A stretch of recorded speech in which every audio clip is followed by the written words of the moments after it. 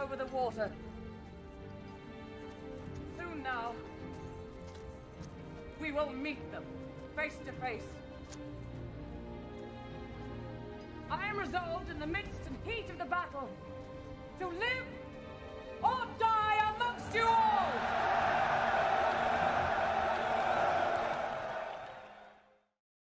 August 8th, 1588, the turbulent English Channel. The roar of the wind blends with the smoke of cannons and the cries of thousands. Spain's invincible fleet, known as the Spanish Armada, is burning today in towering flames. The empire that once struck fear into the heart of all Europe sees its 130 massive warships outmaneuvered and decimated by Britain's smaller, faster vessels. Sitting in the Escorial palace in Madrid, King Philip II could not have realized when he received this news that this was not merely a lost battle. It was the silent beginning of the collapse of history's most powerful empire. Yet only a few decades earlier, the picture was entirely different. It was said that the sun never set on the Spanish Empire. From the Amazon jungles of South America to Manila in the Philippines, a vast portion of the globe was under their heel. Ships laden with tons of gold and silver from American mines arrived daily at Spanish ports. They had limitless wealth, the world's strongest army, and a dynasty that claimed to be blessed by God. But the question remains, despite such wealth and power, why couldn't Spain sustain itself as a modern superpower?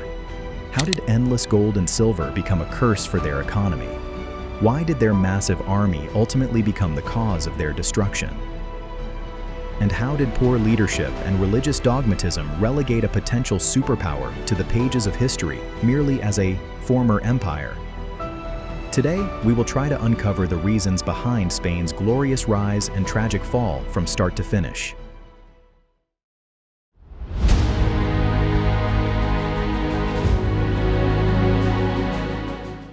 January 2nd, 1492, Granada, southern Spain.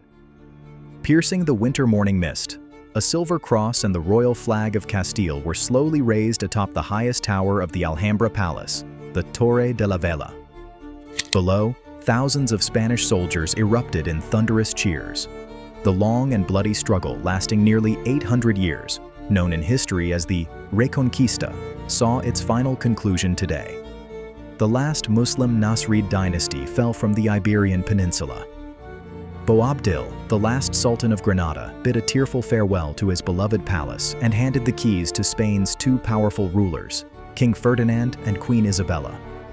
This moment was not just a story of victory in war, it was the foundation of Spain's rise. Ferdinand was the King of Aragon and Isabella was the Queen of Castile. Through their marriage in 1469, Spain's two main kingdoms were united. With the conquest of Granada, they brought all of Spain under one flag. The Pope bestowed upon them the title, the Catholic Monarchs, Los Reyes Católicos. While Europe was struggling to recover from the darkness of the Middle Ages and plagues, Spain was boiling over with confidence. A firm belief took root in their minds. God was on their side, and their destiny was to rule the world. April 1492, Santa Fe. Barely had the dust settled from the victory in Granada when a persistent Italian sailor appeared at the Queen's court, Christopher Columbus. In his hand was a strange map, and in his head, a dream of achieving the impossible. Columbus's proposal was simple but risky. He claimed that by avoiding the land route occupied by the Ottoman Turks to the east and instead crossing the Atlantic Ocean to the west, he could reach India, the land of riches and spices. In Europe at that time, India, or the Indies, was a symbol of endless wealth. Pepper, cinnamon, and cloves were more valuable than gold. Columbus had taken this proposal to the rulers of Portugal, England, and even Italy. But everyone dismissed him as a madman. Spain's royal treasury was nearly empty due to the war. The royal advisors dismissed this expedition as a waste of money. But Queen Isabella was a visionary. She thought, what if this man actually succeeds? What if a new trade route or wealth is actually found across the Atlantic? It is said that Queen Isabella offered to pledge her personal jewelry to fund this expedition. Finally, on April 17th, the King and Queen signed the Capitulations of Santa Fe. Columbus was given 3 dilapidated ships, the Niña, the Pinta, and the Santa Maria. October 12, 1492. After 2 months of uncertain voyaging, Columbus stepped onto the Bahamas archipelago. He believed until his death that he had reached India, so he named the locals Indians. But what he actually found was beyond European imagination, an entirely new continent, America. This discovery opened a door of unimaginable possibilities for Spain. A new era began, the Age of Discovery. 1519, the coast of Mexico. Following Columbus's path, bands of fortune-seeking warriors arrived from Spain, known as conquistadors. Among them was Hernán Cortés. With only 500 soldiers, 16 horses, and a few cannons, he challenged the massive Aztec Empire's emperor, Montezuma. The Aztec capital, Tenochtitlan, modern-day Mexico City, left the Spaniards dumbfounded. This floating city in the middle of a lake was larger and more orderly than Paris or London at the time. But the Spaniards' superior steel swords, firearms, horses, and the smallpox virus they carried ultimately brought about the fall of the Aztec civilization. Cortés conquered Mexico and began sending ships filled with gold to Spain. 1532. The Andes Mountains, Peru.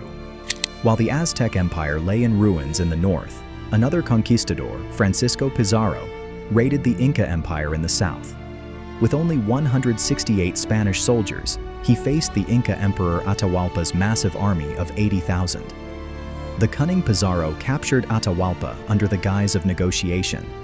The emperor offered a large room filled once with gold and twice with silver in exchange for his freedom. Historically, this was the largest ransom ever paid.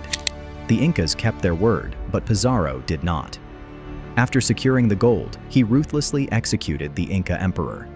South America's richest civilization was destroyed, but Spain's real jackpot was yet to come. 1545, Bolivia. High in the desolate Andes, the Spaniards found Cerro Rico, or the Rich Mountain. This was no ordinary mountain. It was practically a mountain made of solid silver. This place, named Potosi, overnight became one of the wealthiest and most populous cities in the world.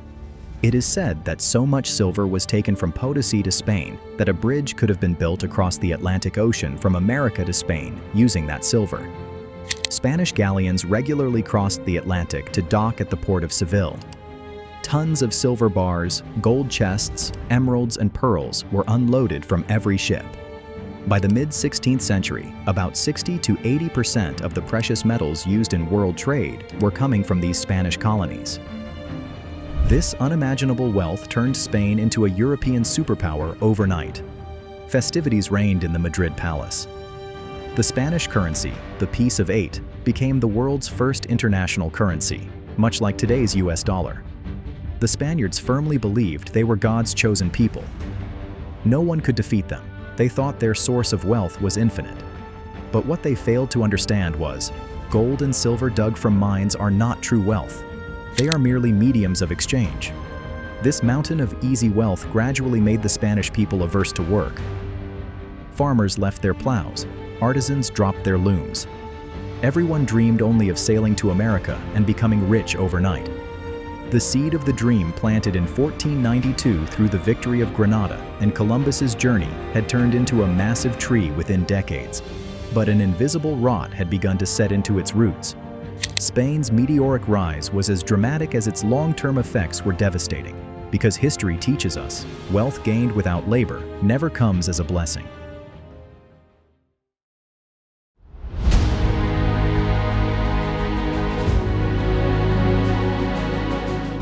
Port of Seville, Spain, 1560, a stiflingly hot afternoon. Yet, there is no room to stand on the banks of the Guadalquivir River. Thousands of eyes are fixed on the river's mouth. In the distance, the masts of massive sailing ships slowly become visible on the horizon. Not one or two, an entire fleet. This is the famous Flota de Indias, or Spanish treasure fleet. They are returning home across the long Atlantic from America. The Torre del Oro, or Tower of Gold at the port entrance, gleams in the afternoon sun. But what lies in the holds of the ships shines 1,000 times brighter than this tower. As soon as the ships drop anchor, a massive operation begins. Thousands of silver bars, chests of gold, emeralds, and precious gems are unloaded. Sweat pours down the workers' backs, but there is a strange trance in their eyes. Madrid's treasury, church vaults, and merchant chests are overflowing with wealth. The Spanish people proudly said at the time, "In Spain, when it rains, it doesn't just rain water, it rains gold." On the surface, it seemed Spain was the happiest and most powerful country on earth, but behind this glamour, termites were silently eating away at every foundation of the Spanish economy. What they thought was a blessing was actually history's cruelest curse. The rulers of Spain failed to understand a simple economic formula. Money, currency, and wealth are not the same thing. When tons of gold and silver flooded the Spanish market from America, the money supply increased geometrically, but the production of goods and services did not increase in comparison. Simply put, when everyone has cash in their pockets, but the amount of rice, lentils, or cloth in the market is limited, prices are bound to rise. This is exactly what happened in Spain. Modern economists call this 150-year period of hyperinflation the price revolution. Between 1500 and 1600, the prices of daily essentials in Spain rose by about 400 to 500%. It became difficult for a common Spanish farmer to buy bread, yet their king's pockets were stuffed with gold. This inflation made Spanish goods extremely expensive in foreign markets. As a result, Spain's export trade began to collapse because no other country wanted to buy Spanish goods at such high prices. There is a term in economics, Dutch disease. When a country becomes overly dependent on natural resources like oil or gas, its other productive sectors, like agriculture or manufacturing, are destroyed. 16th century Spain was the first and largest example of this Dutch disease. Easy gold and silver brought about a fatal psychological change in Spanish society. The Spanish aristocracy, or hidalgos, considered manual labor or business to be low-class work. To them, the measure of honor was how much land one owned or if one served in the army. Meanwhile, due to the wealth from American mines, the Spanish people thought, why do we need to work hard to weave cloth or smelt iron to make weapons? We have money. We will buy it from other countries. This mentality was the final nail in Spain's coffin. Spain's famous wool industry, once the best in Europe, began to wither from neglect. Cities like Segovia or Toledo, once centers of production, gradually became depopulated. Interestingly, at the exact same time, England and the Netherlands to the north were not sitting idle. They capitalized on Spain's laziness. They built factories, built ships, and began producing goods cheaply to sell in the Spanish market. Spain became Europe's consumer, while their arch-enemies England and France became their producers. Spain's condition was like a pitcher with a massive hole in the bottom. Gold was being poured in from the top, but it was draining out from the bottom. A contemporary French economist mocked, Spain is like a mouth that chews the food to make it soft, but that food is swallowed to satisfy the hunger of other organs. Gold looted from America landed in Spain, true, but it didn't stay there. For example, Spanish nobles bought Italian silk for luxury, so the money went to Italy. The Spanish army wore high-quality cloth made by the Dutch or Flemish, so the money went to the Netherlands. Even wood and cannons for Spanish warships were bought from Germany or Scandinavia. The most tragic irony is that this Spanish gold ultimately ended up in the banks of their greatest enemies. The very money used to fund wars against England or the Netherlands was indirectly strengthening the economies of those enemy nations. King Philip II and his predecessors believed the American mines were infinite. So, they borrowed heavily based on future income. Germany's famous Fugger family and Italy's Genoese bankers lent money to Spain at high interest. These interest rates sometimes reached 40 to 50%. The situation reached such a ridiculous level that before a treasure fleet even docked at Seville, the ownership of the entire cargo had practically transferred to the bankers on paper. The King of Spain only got to touch the gold, not use it. In 1557, Spain declared itself bankrupt for the first time. Imagine, the country with the most gold on earth saying they don't have a penny. And not just once, Spain was forced to declare itself bankrupt 8 more times in the following 100 years. In Greek mythology, whatever King Midas touched turned to gold. At first, he thought it was a blessing. But when he saw his food, water, and even his beloved daughter turn to gold, he realized, this is not a blessing, it is a curse. Spain's story is exactly like King Midas. They thought gold and silver were true power. They didn't understand that a nation's real wealth is its people's productivity, its factories, and its agriculture. Mine resources eventually run out, but human intellect and productivity do not. While Spain looked for its future deep in the mines, the rest of Europe was building its future in the smoke of factories and the expansion of trade.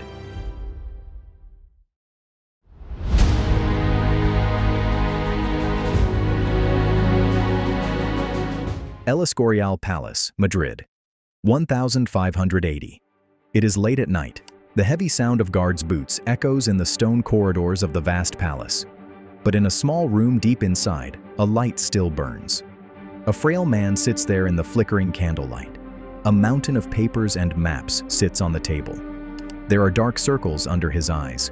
His back is hunched from pain, and he suffers from severe gout. But his pen does not stop. This is King Philip II, the owner of half the world. At his signal, the world trembles from one side of the Atlantic to the other. Yet, he was called the Paper King, because he believed that he alone had to manage every detail of this God-given vast empire. But what was written in those piles of papers? There were calculations of war, soldiers' wages, gunpowder for cannons, and demands for debt repayment. Philip II was not just the King of Spain.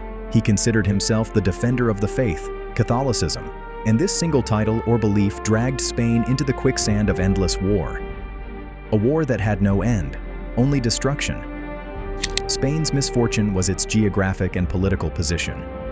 Charles V, who took the throne in 1516, and his son Philip II, both inherited an empire that was essentially a scattered pile of gunpowder. Spain had to fight on three different and powerful fronts simultaneously. One, in the Mediterranean against the Ottoman Turks. Two, in Central Europe against the French, who were dynastic rivals. Three, in the north against the Netherlands and England, who were followers of Protestant ideology. Historians say Spain collapsed under its own weight, because fighting wars on three sides simultaneously is impossible for any ordinary economy. But the Spanish kings thought it was their holy duty. They thought the gold from America was God's gift to destroy God's enemies. This blind faith removed them from reality. The 80 Years' War. Just as Russia was to Napoleon or Vietnam was to America, the Netherlands was to Spain. In the 16th century, the Netherlands, then known as the Low Countries, was part of the Spanish Empire. But the people there were Protestant and independent-minded. In 1568, they declared rebellion against Spanish Catholic rule. Thus began one of history's longest conflicts, the 80 Years' War. Spain could have solved this rebellion through negotiation, but King Philip said, "I would rather reign over a desert than over heretics." He sent his cruelest general, the Iron Duke, or Duke of Alba. Alba killed thousands in the name of suppressing the rebellion, but instead of quelling it, the rebellion spread like wildfire. To conduct repression in the Netherlands, Spain had to send a massive army, but the sea routes were controlled by enemy England and Dutch pirates. So Spain was forced to create the Spanish Road.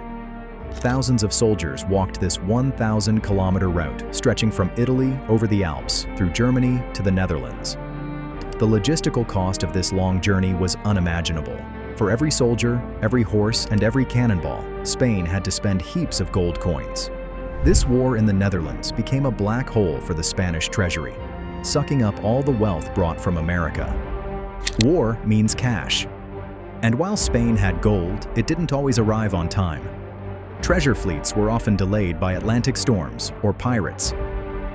But soldiers' wages or supplies on the battlefield cannot be kept pending. So King Philip turned to international moneylenders, the Fugger and Welser families of Germany, or the Genoese bankers of Italy. A strange and complex system of debt began, called aziento. These were high-interest, short-term loan contracts.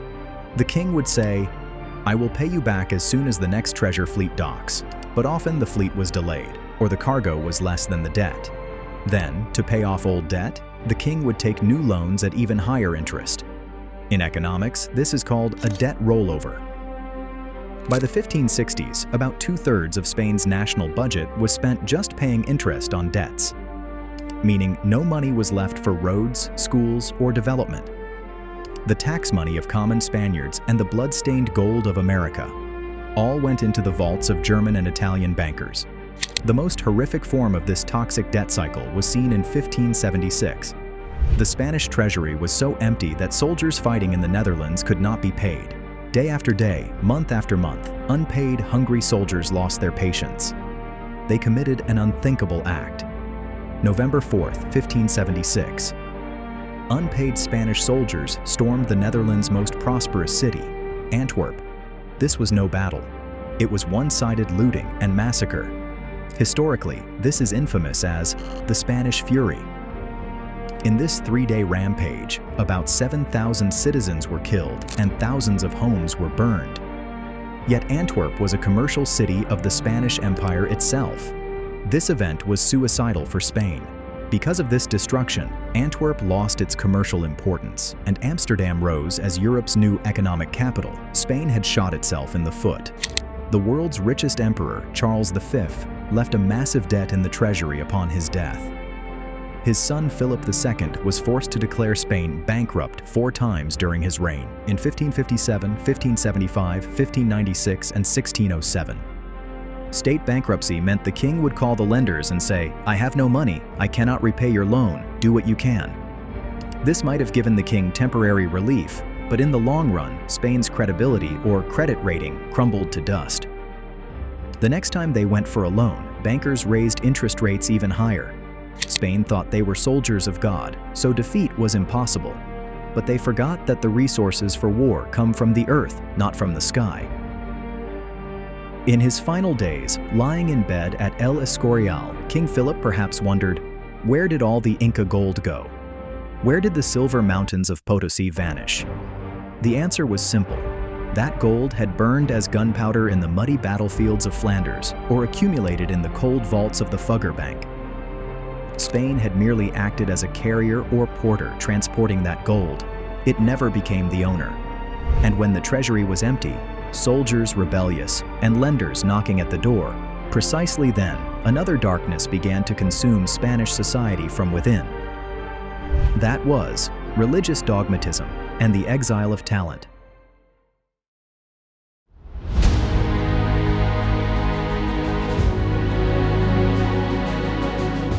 March 31st, 1492. Alhambra Palace. The spring breeze blows through the hills of Granada, but it carries a message of impending disaster. Only 3 months earlier, King Ferdinand and Queen Isabella had celebrated victory in this very palace. And today, sitting in the same spot, they signed a royal decree which remained like a black cloud over Spain's destiny for the next few centuries. In history, this is known as the Alhambra Decree. The essence of this order was terrifying. Every Jewish citizen living in Spain must either convert to Catholicism or leave Spain forever. The time given was only 4 months. If anyone remained after that, the punishment was death. A tragic scene unfolded on the streets of Spain. Hundreds of thousands of people left the land they had known as home for thousands of years. Tears in their eyes, meager bundles on their backs. It is said that many Jewish families took their house keys with them, hoping that perhaps one day they would return. Those keys never opened any locks in Spain again, but they locked the door of Spain's economy forever. Spain thought they were protecting religion, but what they were actually doing was shooting themselves in the foot. This is called one of history's largest self-inflicted wounds. In medieval Spain, the social system was strange. Christian nobles fought wars and peasants farmed the land, but the jobs in the middle, such as banking, medicine, law, tax collection, and trade, were largely controlled by Jews and Moors, Muslims. Muslims and Jews were the most educated and skilled class in Spain. They were the treasurers of kings, the best doctors, and artisans. With that single decision, in 1492, Spain expelled over 200,000 skilled citizens. The result was immediate and severe. Spain's tax collection system collapsed because there was no one to keep accounts. Banks closed because there were no lenders or bankers, and medical services plummeted. While Spain was busy counting looted gold from America, they expelled the very people who had the intelligence to invest that gold to increase wealth. Spain did not stop at expelling dissenters. For those who converted and stayed, a nightmare descended. The Spanish Inquisition. Started in 1478, the purpose of this judicial system was to find and punish anyone harboring thoughts outside of the Catholic faith. It was led by the infamous Grand Inquisitor, Tomás de Torquemada. Auto de fe, or acts of faith, were organized in the main squares of Spanish cities. Heretics were burned alive in front of thousands. These spectacles were treated like festivals.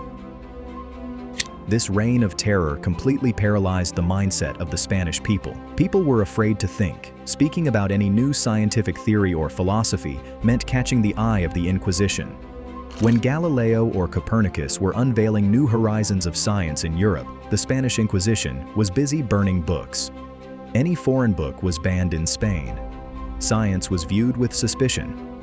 Consequently, while the scientific revolution was happening across Europe in the 16th and 17th centuries, Spain sat in a dark room with the windows closed. They missed the Renaissance. They missed the start of the Industrial Revolution. About 100 years after the expulsion of Jews and Muslims, in 1609, King Philip III made another suicidal decision. This time the target, the Moriscos. Moriscos were essentially Muslim descendants who had been forcibly converted to Christianity. But the king and church suspected they secretly practiced Islam and acted as spies for the Ottoman Turks. King Philip ordered all Moriscos to leave Spain. About 300,000 people were forcibly sent to North Africa. This event was the final nail in the coffin of Spain's agricultural sector. Moriscos were skilled farmers. Especially in the Valencia and Aragon regions, they had created complex irrigation systems. They were unrivaled in fruit, vegetable, and silk cultivation. After the Moriscos left, Valencia's vast farmlands turned into barren wastelands. Irrigation canals dried up. A large portion of Spain's population vanished, and with it, food production plummeted. Spain, once a granary, now had to import food from outside. A strange and toxic concept became ingrained in the Spanish social system, known as limpieza de sangre, purity of blood. To get a government job, a position in the army, university, or church, one had to prove that there was no Jewish or Muslim blood in their ancestry. They had to be an old Christian. As a result, merit lost all value in Spain. No matter how skilled or brilliant a person was, if their lineage was not pure, they had no future. On the other hand, an incompetent person could secure high positions simply on the strength of their pure blood certificate. This racist custom turned Spain into a stagnant and immobile society. While in England or the Netherlands, a common blacksmith's son could become an admiral or scientist through merit, in Spain, birth determined where one would reach.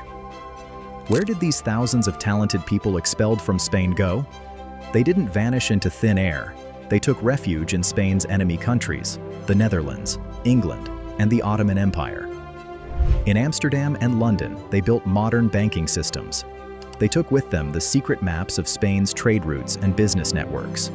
Using the talent discarded by Spain, the Netherlands built their golden age. These expelled merchants played a massive role behind the rise of the Dutch East India Company. Spain had kicked Lakshmi, the goddess of wealth, out of their own house and sent her to their enemy's home. By the end of the 16th century, Spain had become a country with many priests, many soldiers, and many landlords. But no engineers, no economists, no scientists. Religious dogmatism turned Spain into an intellectual desert. And when a leadership crisis appeared in this desert, the vast Spanish Empire did not take long to collapse like a house of cards.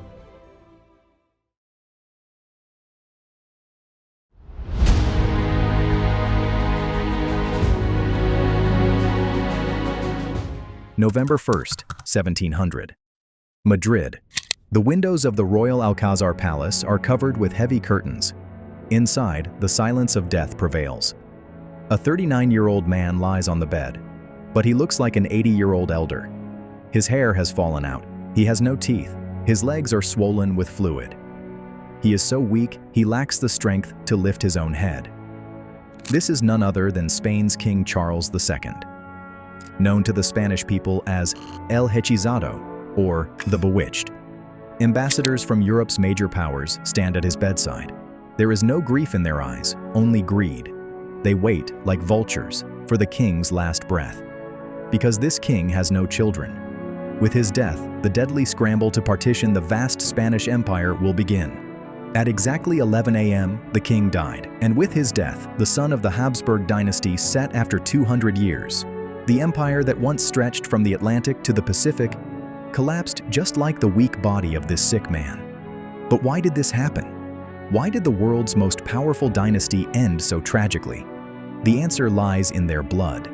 The core mantra of the Habsburg dynasty was, power must not be allowed to go outside the family. They believed their royal blood was so holy that mixing it with commoners or other dynasties would pollute it. So they married among their own brothers, sisters, nieces, or cousins. Scientifically, this is called inbreeding.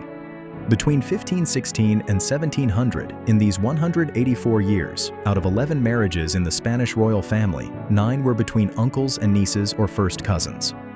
The laws of genetics are cruel. When breeding occurs repeatedly among people with the same genes, weak or bad characteristics in the DNA become dominant in the next generation. The biggest proof of this was the Habsburg jaw. The jaws of Spanish kings jutted out strangely and did not align with the upper teeth. In the case of King Charles II, it was so severe that he could not chew food properly. His tongue was abnormally large, so he could not speak clearly. He was a living sacrifice, or victim of Spain's greed for power. In 1665, when Charles II ascended the throne at the age of only 4, Spain was already gasping economically and militarily. At such a time, a strong ruler like Napoleon or Akbar was needed. But Spain's fate was a king who could not walk before age 8 and did not learn to speak before age 10. He could not be educated because his mental development had not occurred. When the king is sick, who runs the kingdom? A dirty game of politics began in the palace. Queen Mother Mariana, palace bureaucrats, and church priests began pulling the strings of power. Corruption reached such a level that government positions began to be sold in public auctions. Generals got rich stealing army supplies, while soldiers starved at the borders. The massive bureaucracy created during King Philip's time had turned into a stagnant machine. An order from Madrid took 2 years to reach and be implemented in Mexico or Manila. In his final days, King Charles II realized that after his death, Spain would no longer remain independent. The King of France, Louis XIV, and the Emperor of Austria both claimed the Spanish throne, because both were Charles's relatives. After Charles's death in 1700, the War of the Spanish Succession began. This was actually a world war, as nearly every European country got involved. After 13 years of war, Spain completely lost its dominance in Europe. The Netherlands and Italy's Milan and Naples went to Austria, and the geostrategically crucial Gibraltar was seized by Britain. Having lost its limbs, Spain was reduced to an ordinary state on the Iberian Peninsula.